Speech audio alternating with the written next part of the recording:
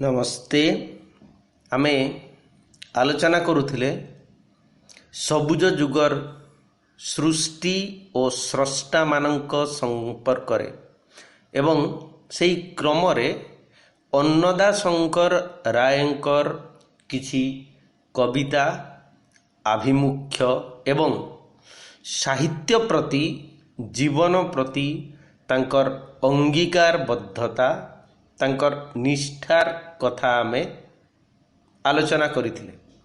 तेबे मुख्यतः से जगार आमे देखीचे जे एई रोमांटिक प्रवणतार आवेश भितरे से माने बेसी दिन रही पारि नाहंती एवं जहा किछि साहित्यर दायित्व जो समाज प्रति दायबद्धता से मानक पाखरे रहिबा कथा से कथा रही पारि नहीं। तेणु एमाने प्राय पलायन को गोटाए रकमर निजर अंतिम लक्ष्य हिसाब रे ग्रहण करिसंती। तेबे अन्नदा शंकर रायंकर अंतिम पर्यायर कविता भितरे गोटे कविता आसे कमल विलासीर विदाय, जहा उत्कल साहित्य 1926 मसीहारे प्रकाशित होइथिला एवं जोठी से लेखिबार प्रयास करिसंती बा आमे ताकू कहि परिबा गोटे आह्वान एवं ताकू जेमिति कवि अतीतर समस्त स्वप्न विलास ठारू विदाय नेबाकू चाहंती, कारण जीवन संग्रामर निष्ठुर वास्तवतार आह्वान से शुणी पारिछंती। तेबे एई उत्कट वास्तवतार को परिहार करी कवि केते दिन प्रेम प्रणय यौवन बा परिराज्यर स्वप्न देखि पारिबो। एही उच्चाटित आह्वान रे कवितार समस्त कमल स्मृतिर निर्वासन तार काम्य तार चेतना रे खाली बसंतर उल्लास नुहे, शीतर हिम शीतल अत्याचार मध्य सत्य, केवल बहिर्विश्वर नुहे स्वदेशर प्रति धूलिकणा पृथिवीर नदीगिरीर डाकरा मध्य सत्य। पुणी ता चेतना रे रोग शोक दुख दैन जरा प्रपीड़ित मनीषर स्वर एक प्रगतिवादी चेतनार वैताड़िक भावरे बेस मनज्ञ और मननशील, तार श्वासरे प्रलयर उत्क्षिप्त कंपन प्रति रक्त कणारे तरल लाभार स्रोत। कवितार धाड़ी एमिति हिमाल परसे मोर शत सिंहासन थरी उठू अत्याचार पांडुर आतंके स्फुरी उठू द्रुप्तवाणी ध्वंसर हिल्लोले बात्या सम नाचिबी मु छंदहीन छले। तेणु तांको काव्य चेतनार शेष पर्यायर ए उपलब्धि पूर्वतन चेतनार एक समन्वयशील शाणित काव्य प्रतिक्रिया बोली कहिबाकू हेबो। एठारे चिंतारे चमत्कार समन्वय बा सिंथेटिक्स प्रकाश पाइथिले भी एहा अन्नदा शंकर रायंकर काव्य मानसर पूर्वानुलोचित द्वंद्वर समाधान नुहे, कारण एई कविताटी शेषरे पुणी कवि एक विषन्न स्वर प्रकाश करी कहिसंती जे कमल विलासी आजी मागुछि विदाय फेरिले फेरिबो दिने उदासी पराय। तेबे एठी प्रश्न उठिबो ए उदासीनतार एक दृढ़ अंगीकारर अभावरु जन्म नेइछि कि कौन तेबे एही कवि पुरुषर काव्यानुचिंतार दृढ़ आत्म प्रत्यय। डॉक्टर मायाधर मानसिंह ए प्रसंग रे तांकर ओडिया साहित्यर इतिहास रे उल्लेख करी उल्लेख करिसंती जे यौवनर संधि काल मनुष्य चित्त जो समस्त मानसिक संघर्ष रे मथित हुए ए कविता केवल ताहार चित्र नुहे स्वयं अन्नदा शंकर ओडिशा को छाड़ी जे बंग और बंगलार आश्रय लड़िले से विदायर मध्य असुखकर प्रतीक हिसाब रे ताकू ग्रहण करा जाई पारिबो। मायाधर मानसिंकर ओडिया साहित्यर इतिहासर 370 पृष्ठारे से एकथा उल्लेख करिसंती।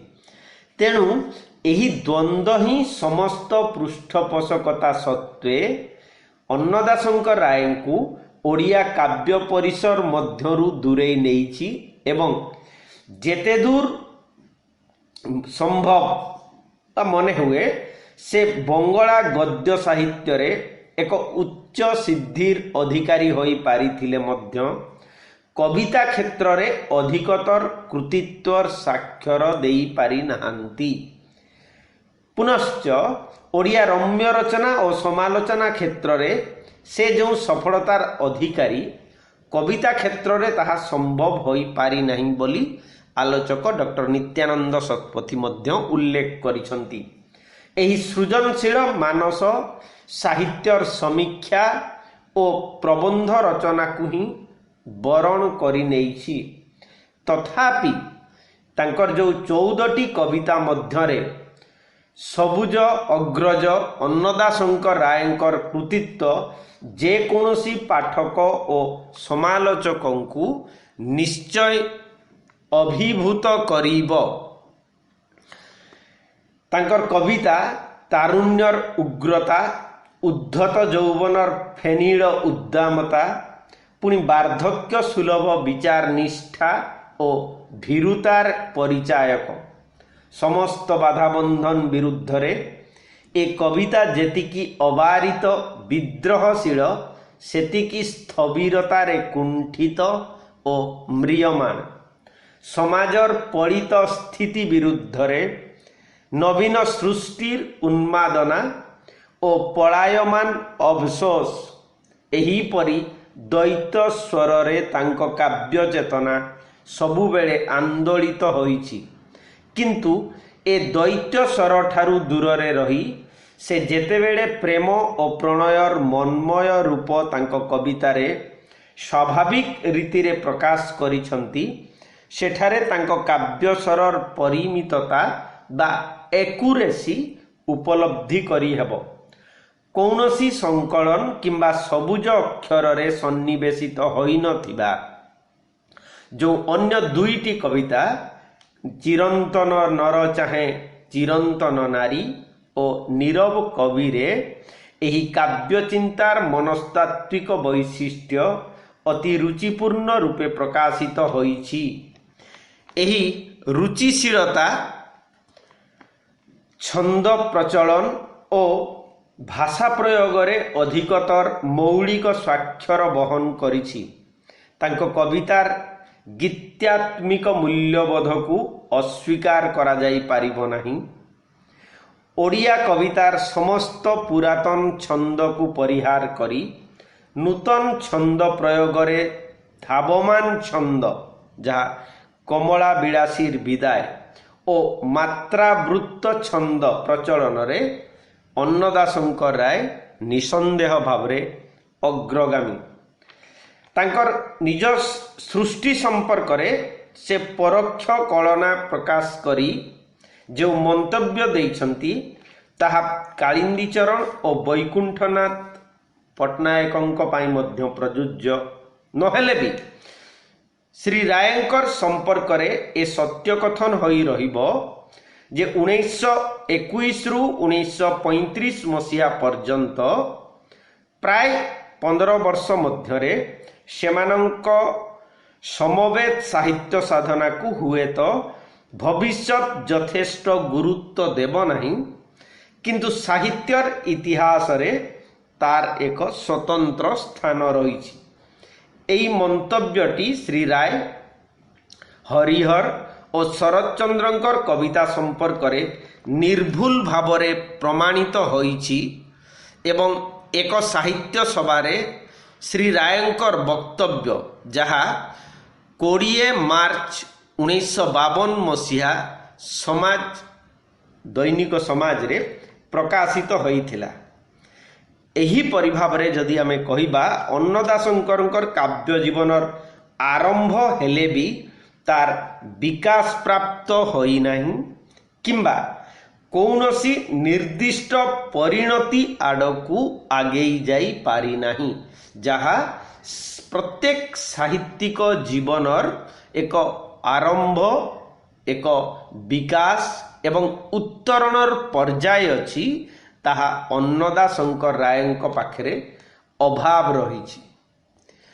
अन्नदाशंकर रायंक परे परवर्ती जो कवि आम सामना को आसिबे से होउछंती श्री कालिंदी चरण पाणिग्राही एवं ये कालिंदी चरणकर काव्य जीवन आरंभ 1920 रु एवं यार सबुज स्थिति प्राय 1932 मसीहा पर्यंत, कारण 32 मसीहा परे तांकर काव्य स्वरे एक सचेतन भिन्न गति परिलक्षित हुए एवं एक गति प्राय 1945 मसीहा पर्यंत अप्रतिहत। तापरे कवि कालिंदी चरण गद्यर दिगंत विस्तृत वितानरे हजि जाती। तांको कविता परिणतमुखी होई पारे नाही बोली डॉक्टर नित्यानंद शतपथींकर मत। तेबे अन्नदाशंकरंकर काव्य जीवनर प्रारंभ अछि किंतु विकास बा परिणति नाही, किंतु कालिंदी चरणक काव्य जीवनर प्रारंभ और विकास अछि किंतु परिणति नाही। तथापि सबुज गोष्ठी मध्यरे कवि कालिंदी चरण ही सबुठारु अधिक समाज सचेतनशील शिल्पी। तांको कवितारे केवल गोटिए स्वरर विधुर रागिणी नहीं, अछि बहु विचित्र और नूतन अनुभूतिर वर्णाली। एई दृष्टिरु कवि बेश गतिमान बा डायनामिक एवं सबुज गोष्ठी भितरे आधुनिक चेतना प्रति अधिक उन्मुख मने हुअंती। एही चेतना को तांकर जय भगवान 1936 मसीह रचित, भक्ति और चाबुक 1938 मसीह रचित, बाजीराउत 1938, जादूघर 1938, छुरीटिए लोड़ा 1939, मो बाणी 1940, आगामी 1942, किए सला शैतान 1944 आदि कवितारे बेश उपलब्धि करी हुए। एकांत भावरे परिवर्तित परिप्रेक्षी रे रचित एई कविता गुड़िक कालिंदी काव्यमानसर एक विपुल स्वीकृति बहन करिछि। जेउ कवि काव्य जीवनर उन्मेषरे थिले रोमांटिक और रूप प्राण, सेई कवि काव्य जीवनर मध्याह्नरे एक मानववादी वैप्लविक काव्यधारा अनुसरण करिबारे विचित्रता निश्चय अछि। एहा ही कालिंदी काव्य साधनार एक चमत्कार उत्तरण कहिले अत्युक्ति हेब नाही।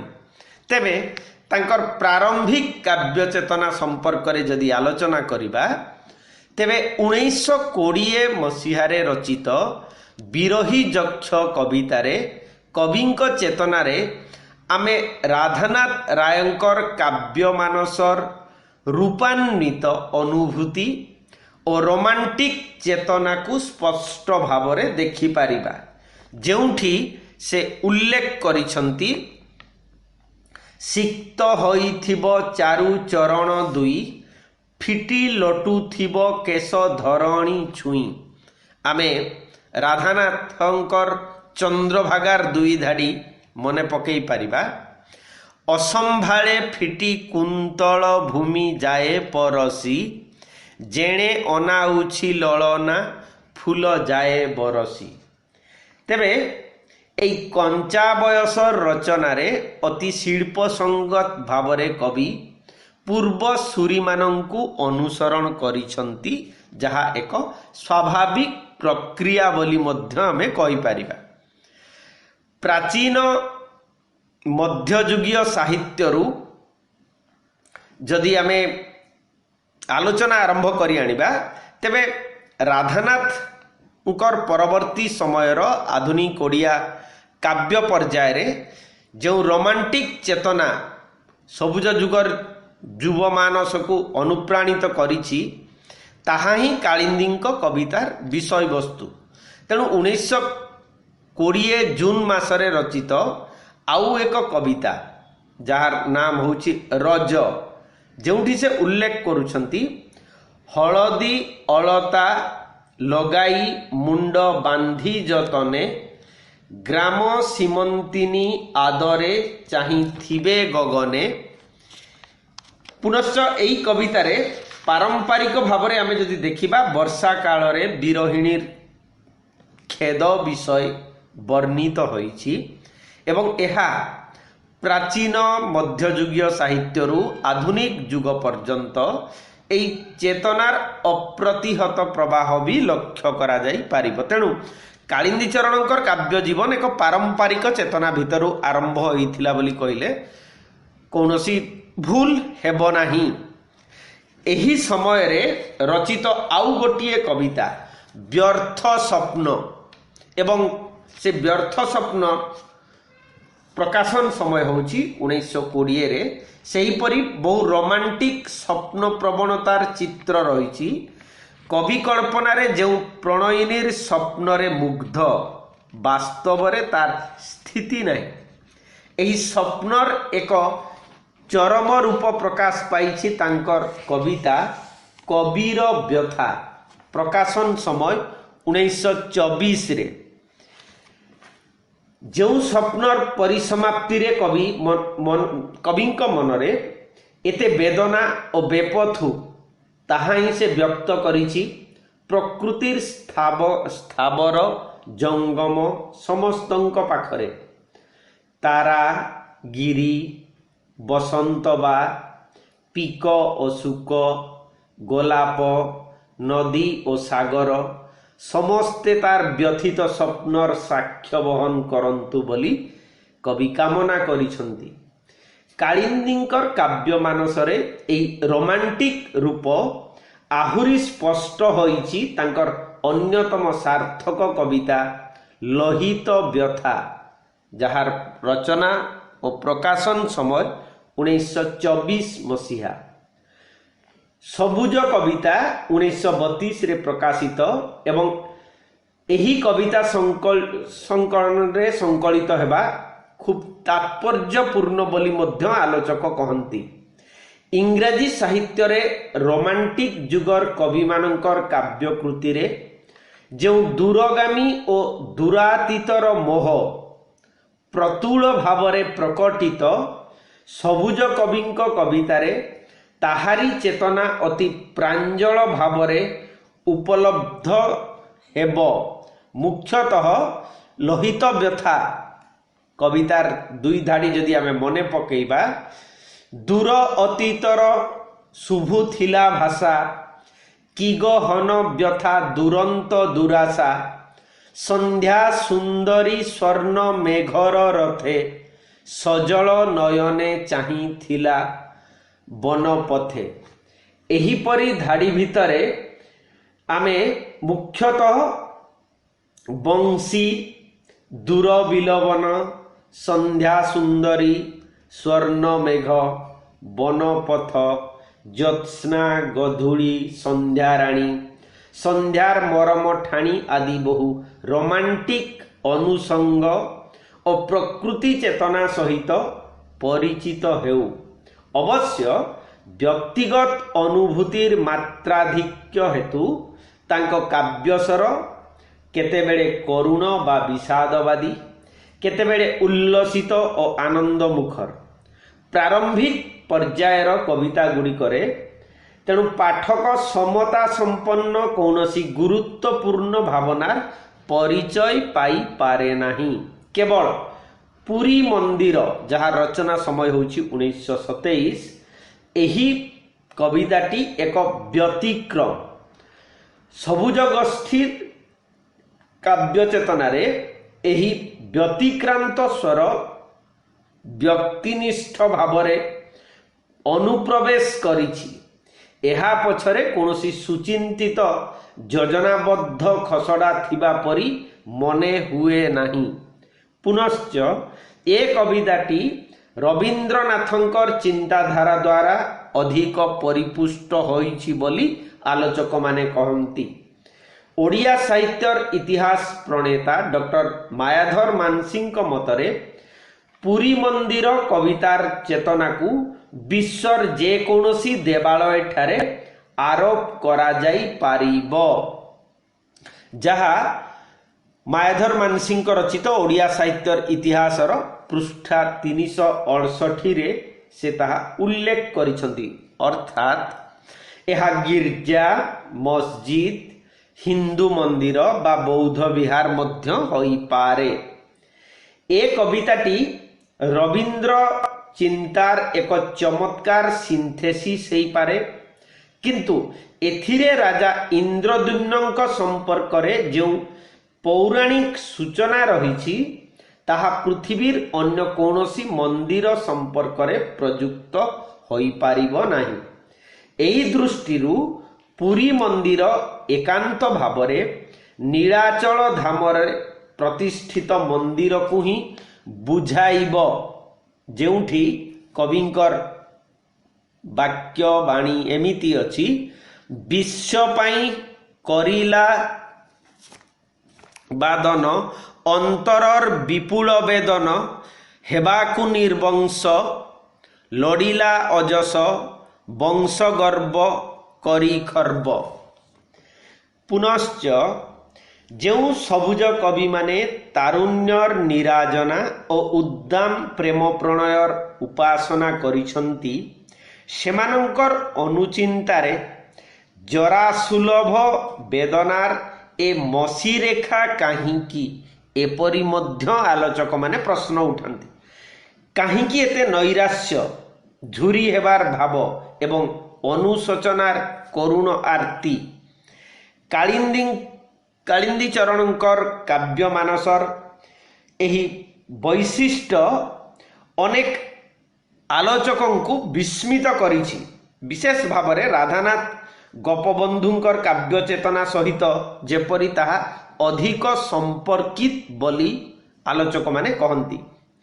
ଉଦାହରଣ ଭାବରେ ଆମେ କହିପାରିବା 1925ରେ ରଚିତ ଗୋଟିଏ ସେ କାଳିନ୍ଦୀ ଚରଣ ପାଣିଗ୍ରାହୀଙ୍କର କବିତା ହତାଶାର ଗାନ, ଯେଉଁଠି ଉଷାର ଅରୁଣାଲୋକ, ଜ୍ୟୋତ୍ସ୍ନା ବିଧୌତ ଆକାଶର ତାରକାରାଜି, ସୁଗନ୍ଧିତ ସମୀର, ତଟିନୀ ଓ ବିହଗ କୂଳ ସମସ୍ତେ ଆନନ୍ଦ ପ୍ରମତ୍ତ, କିନ୍ତୁ କବି ହତାଶ ଜର୍ଜରିତ।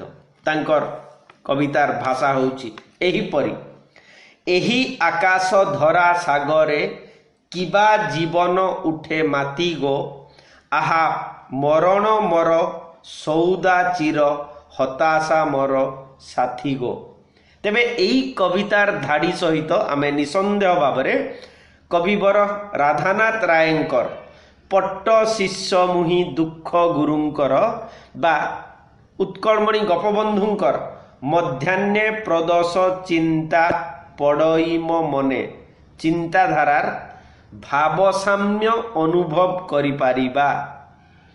ଯେଉଁ ଉଦ୍ଦାମ ସବୁଜ ଜୀବନ ସହିତ ଜୁଆ ଖେଳିବାକୁ ପ୍ରସ୍ତୁତ ହେବା କଥା, ସେ ସବୁଜରେ କାହିଁକି ଅବସାଦର ଏ ଗୈରିକ ଛଟା ବୋଲି ମଧ୍ୟ ଆଲୋଚକମାନେ ପ୍ରଶ୍ନ ପଚାରିଛନ୍ତି।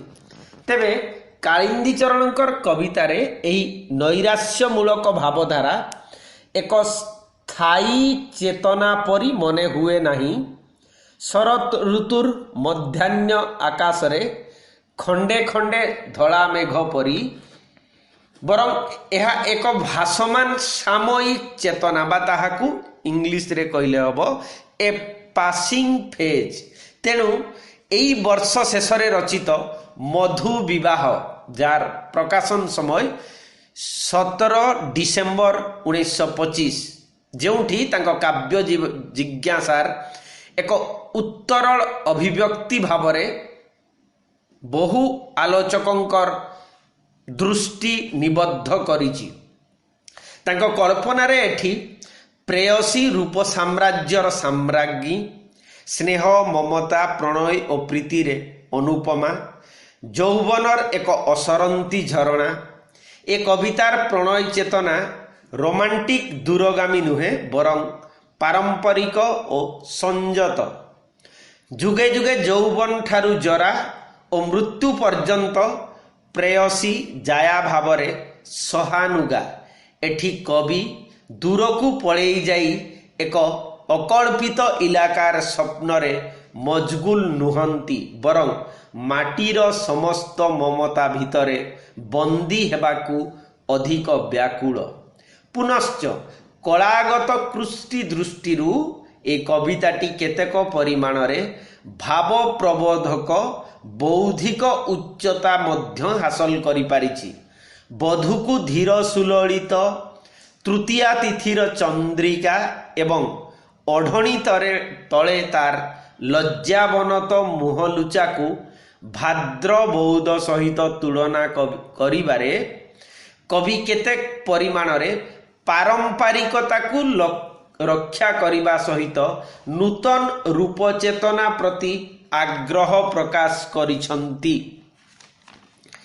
କାଳିନ୍ଦୀ ଚରଣଙ୍କର କବିତାରେ ବିରହ ମିଳନ, ଆନନ୍ଦ ଅଶ୍ରୁ, ପ୍ରେମ ବିରହ, ପାଇବା ଓ ହଜାଇବାର ଦୈତ୍ୟ ସତ୍ତା ବେଶ କାବ୍ୟିକ ଭାରସାମ୍ୟ ରକ୍ଷା କରିପାରିଛି।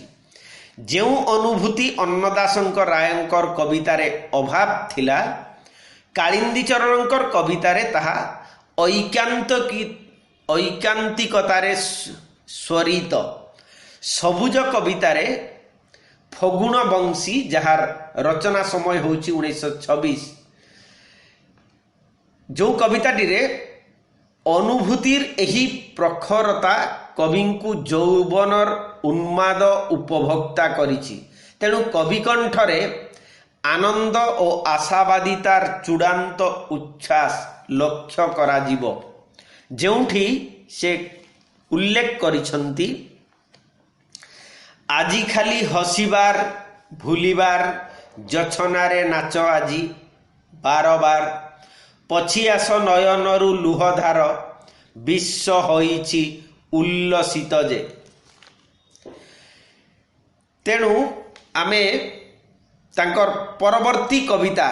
ପରବର୍ତ୍ତୀ ଅଂଶ ଆଡ଼କୁ ଯଦି ଯିବା, ନିଃସନ୍ଦେହ ଏତେବେଳକୁ କାଳିନ୍ଦୀ ଚରଣଙ୍କର କବିତାରେ ତାରୁଣ୍ୟର ଉଚ୍ଛଳ ଉଚ୍ଚକିତ ଆହ୍ୱାନ ଶୁଣିବାକୁ ପାଇବା। ସବୁ ବନ୍ଧନ, ସବୁ ପ୍ରଥାକୁ ଦଳି ଦେଇ ଏକ ନୂତନ ମୁକ୍ତିର ସଙ୍ଗୀତ ଏଇ ଫଗୁଣ ଜ୍ୟୋତ୍ସ୍ନା ଭିତରେ ମଧ୍ୟ ପ୍ରତିଧ୍ୱନିତ ହେଇଛି। କବିଙ୍କ ପାଇଁ ଏହା ସେଲିଙ୍କର ୱେଷ୍ଟ ୱିଣ୍ଡ ପରି ମୁକ୍ତିର ଏକ ଚରମ ଖସଡ଼ା ଭାବରେ ଆଲୋଚକମାନେ ନିର୍ଣ୍ଣିତ ମଧ୍ୟ କରିଛନ୍ତି, ଯେଉଁଠି କବିଙ୍କର ବାଣୀ ଏହିପରି କୁହାଯାଇପାରିବ ଯେ I have been half in love with cashful death.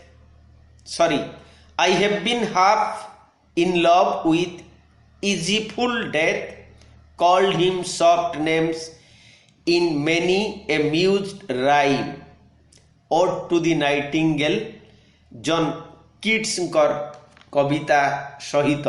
ଏବଂ ଏ କବିତାର ଭାବସାମ୍ୟ ଆମେ କୁହୁପ୍ରାସ କବିତା ସହିତ ନେଇପାରିବା, ଯାହାର ରଚନା ସମୟ ହେଉଛି 1931ରେ। ନିଖିଳର ଯେତେ ବାଧା ଓ ବେଦନାବୋଧ ସବୁ କ୍ଷଣକ ପାଇଁ କବିଙ୍କ ମନରୁ ଯେପରି ଅପସାରିତ ହୋଇଯାଇଛି, ସବୁ ସୁନ୍ଦର, ସତେଜ ଓ ବରଣୀୟ ମନେ ହେଉଛି। କବି ରୂପ ମଧ୍ୟରେ ଅରୂପ, ତନୁ ମଧ୍ୟରେ ଅତନୁର ସତ୍ତାକୁ ଅନୁଭବ କରୁଛନ୍ତି। ସେଠାରେ ମନର ସମସ୍ତ ଦ୍ୱୈତ ଭାବ ଭାଷା ମିଳେଇ ଯାଇଛି। ବିଶ୍ୱ ନିକଟତମ ମନେ ହେଇଛି ଏବଂ ଜୀବନର ସମସ୍ତ କ୍ଷତରାଶି ପରିପୂର୍ଣ୍ଣ ହୋଇ ଉଠିଛି। ମନରୁ ସକଳ ତାପ ଓ ଅବିଶ୍ୱାସ ଉଭେଇ ଯାଇଛି। ଜନ୍ କିଟ୍ସଙ୍କର କବିତାର ଭାବଧାରା ସହିତ ଏହି କବିତାଟିର ସାମ୍ୟ ବହୁ ପଂକ୍ତିରେ ମଧ୍ୟ ସମାନତା ଲକ୍ଷ୍ୟ କରାଯାଇପାରିବ। ଏପରିକି କୋକିଳର ଗାନରେ କବି କିଟ୍ସଙ୍କର ପରି ମରଣକୁ ମଧ୍ୟ ସୁସ୍ୱାଦୁ ମଣିଥିବା କଥା ସ୍ପଷ୍ଟ ଭାବରେ ସେ ଉଲ୍ଲେଖ କରିଛନ୍ତି। ଧରଣୀ ହେଲା କମଳତମ ଆକାଶ କମନୀୟ, ମରଣ ହେଲା ମଧୁରତର, ଜୀବନ ହେଲା ପ୍ରିୟ। ମୋଟ ଉପରେ ଯଦି ଆମେ କହିବା 1931 ମସିହା ବେଳକୁ କାଳିନ୍ଦୀ ଚରଣ ପାଣିଗ୍ରାହୀଙ୍କର କାବ୍ୟ ଚେତନାରେ ଏହି ରୋମାଣ୍ଟିକ ଅନୁଭୂତି ବଳବତ୍ତର ରହିଥିବା ଲକ୍ଷ୍ୟ କରାଯିବ। ତେଣୁ ଏହି କବିତା ଗୁଡ଼ିକରେ ଇଂରାଜୀ ସାହିତ୍ୟର ରୋମାଣ୍ଟିକ ଯୁଗର କାବ୍ୟ ଚେତନା ସହିତ ସବୁଜ ଯୁଗର କାବ୍ୟ ଚେତନାର ଯେପରି ସାମ୍ୟ ପ୍ରତିଷ୍ଠିତ ହେଇଛି ବା ହେବା ମଧ୍ୟ ସ୍ୱାଭାବିକ। ତେଣୁ କାଳିନ୍ଦୀ ଚରଣ 1930 ମସିହା ବେଳକୁ ସଚେତନ ଭାବରେ ଆମେ ଯଦି କହିବା 1930 ମସିହାର ଲବଣ ସତ୍ୟାଗ୍ରହ ଆନ୍ଦୋଳନ କିମ୍ବା 1921 ଅସହଯୋଗ ଆନ୍ଦୋଳନ ସେ ପ୍ରତି ବିଶେଷ ଦୃଷ୍ଟି ଦେଇ ନାହାନ୍ତି, ଯାହା ସେ ସମୟର କବିମାନଙ୍କ ଭିତରେ ବିଶେଷ ଭାବରେ ସତ୍ୟବାଦୀ ଯୁଗର କବିମାନଙ୍କ ଭିତରେ ଦେଖିବାକୁ ମିଳେ। ତେବେ 1931 ମସିହାରେ ରଚିତ ତାଙ୍କର ମାଟିର ମଣିଷ ଯେଉଁ ଉପନ୍ୟାସ, ଇଏ ତାର ପୁଣି ଏକ ବ୍ୟତିକ୍ରମ। ଏହି ଉପନ୍ୟାସରେ ଆମେ ପାଣିଗ୍ରାହୀ ଶ୍ରୀଯୁକ୍ତ କାଳିନ୍ଦୀ ଚରଣ ପାଣିଗ୍ରାହୀ ଯେଉଁ ଆଦର୍ଶବାଦୀ ମାନବତାବୋଧର ପରିଚୟ ଦେଇଛନ୍ତି, ତାହା ହିଁ ପରବର୍ତ୍ତୀ ସମୟରେ ତାଙ୍କର କବିତାକୁ ମଧ୍ୟ ଯେପରି ଆକ୍ରାନ୍ତ କରିଛି। ସମ୍ଭବତଃ ରୋମାଣ୍ଟିକ ସବୁଜ କବିଙ୍କର ଅନ୍ତରରେ ବାସ୍ତବ ଜୀବନର ଗୁରୁ ଆହ୍ୱାନ ପ୍ରତିଧ୍ୱନିତ ହେଇଛି ଏବଂ ଯାହା ଫଳରେ କି ଆଉ ଅଧିକ ସମୟ ସ୍ୱପ୍ନରେ ସନ୍ତରଣ କରିବା ସେମାନଙ୍କ ପାଇଁ ଆଉ ସମ୍ଭବପର ହୋଇପାରି ନାହିଁ। ତେଣୁ 1932 ବେଳକୁ ରଚିତ କବିତାରେ ପ୍ରେମ ପ୍ରତି, ଜୀବନ ପ୍ରତି, ସମାଜ ପ୍ରତି କବିଙ୍କର ଦୃଷ୍ଟିଭଙ୍ଗୀ ଖୁବ୍ ଯୁକ୍ତିପୂର୍ଣ୍ଣ, ସଂଯତ, ସମାହିତ ଏବଂ ପୂର୍ବର ସେ ଉଦ୍ଦାମତା ବା ଭାବପ୍ରବଣତା ଯେପରି ଏଠି ସମ୍ପୂର୍ଣ୍ଣ ମଳିନ ପଡ଼ିଛି ବା ରୁଗ୍ଣ ହେବାକୁ ବସିଛି। ପରବର୍ତ୍ତୀ ସମୟ 1932 ମସିହା ପରବର୍ତ୍ତୀ ସମୟର କବିତା ସମ୍ପର୍କରେ ଆମେ ଆଲୋଚନା କରିବା ଆମର ନେକ୍ସଟ କ୍ଲାସରେ। ଆଶା କରେ କମେଣ୍ଟରେ ଯାହା ଚାହିଁବେ ଲେଖିପାରିବେ। ଧନ୍ୟବାଦ, ନମସ୍ତେ।